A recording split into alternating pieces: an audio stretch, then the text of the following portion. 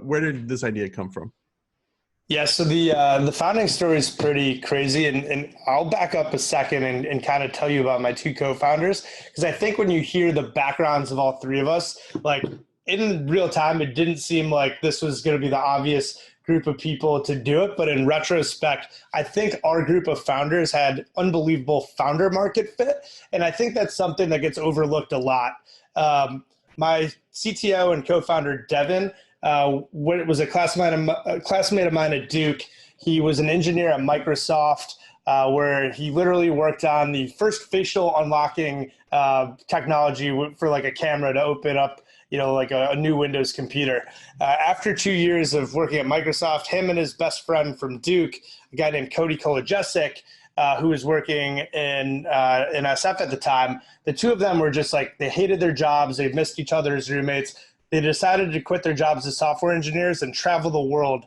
And while they were doing that, they blew up on this little thing called Vine. So Devin, my CTO and co-founder, is someone who had 900 million loops on Vine. So he literally became world famous 2014, 2015, but in that time was never able to monetize. So he at once was more famous than he was rich.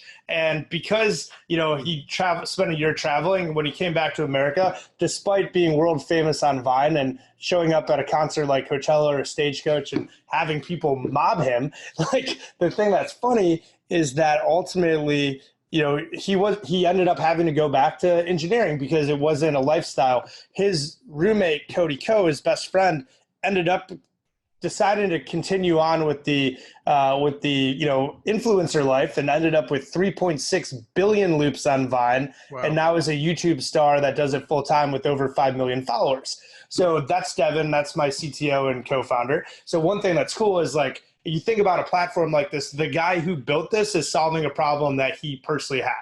So I think that's really important. On the second hand, my other co-founder, Martin, was a NFL agent and movie producer. Martin was an NFL agent that is British, that had never played a down of football. He went to USC. He ran track there. So he knew guys from the weight room that were going to be the 7th round pick. And ultimately what his value prop was, he was hoping that he could find, people that maybe were big football players, but like weren't going to be superstars in the NFL, and then turn them into the next Rock. So his whole value prop was, come with me. Your average NFL career is 2.5 years, and I will put you in movies, which you could use through the connections that he had from his prior life as a movie producer. And, we are going to set you up for life after football. So those were the two guys that I started with. I myself, after college, was an options trader for 5 years. So I traded at the Chicago Board of Trade on the floor. I was one of the guys that wore the coat and did the hand signals in the pit. Sure.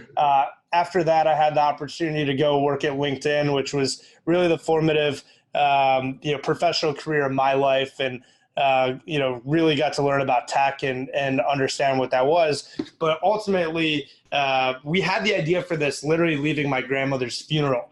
And as I was driving Martin back to the airport, he had flown in for the day from LA. He was telling me about this problem he was having with Cassius Marsh, one of his clients. And I believe at the time, maybe his only client.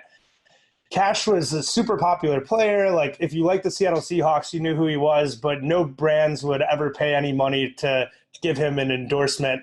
And a few weeks earlier, he had gone viral because somebody had stolen a Gucci bag out of his car at the Seattle Seahawks parking lot and stolen $50,000 worth of Magic the Gathering cards that were in his Gucci bag. Now, they probably thought other stuff was in that bag. He gets on Twitter and he starts saying, "Hey, 12s," which are what Seahawks fans call each other.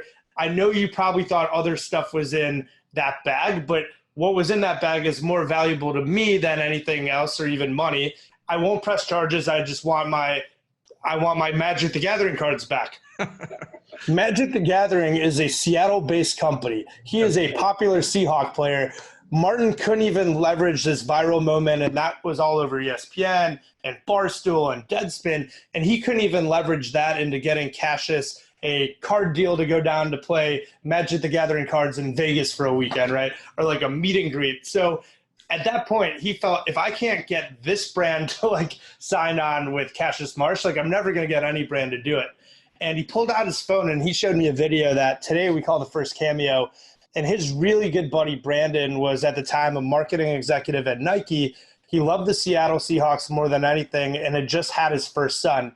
And Martin got Cash to send him a congratulatory message saying, hey, Brandon, it's Cassius Marsh from the Seahawks. Heard about your son, Maverick. If he gets your athletic ability, he'll be playing for the Seahawks one day. Go Hawks. And I literally remember like driving on the, Kennedy Expressway in Chicago, and Martin showing me this video, and literally immediately we had the eureka moment. It's like, that needs to exist. That's cool. And having gone to Duke and having some family connections to the film business, I've been around talent before, but I'd never actually like seen anything like that. And I thought, that's really cool. And if I think that's cool, somebody that could theoretically get something, what would the average fan that could never get this feel like? And when we sold the very first video, this father filmed his daughter's reaction to it, and she literally started crying. She was so happy.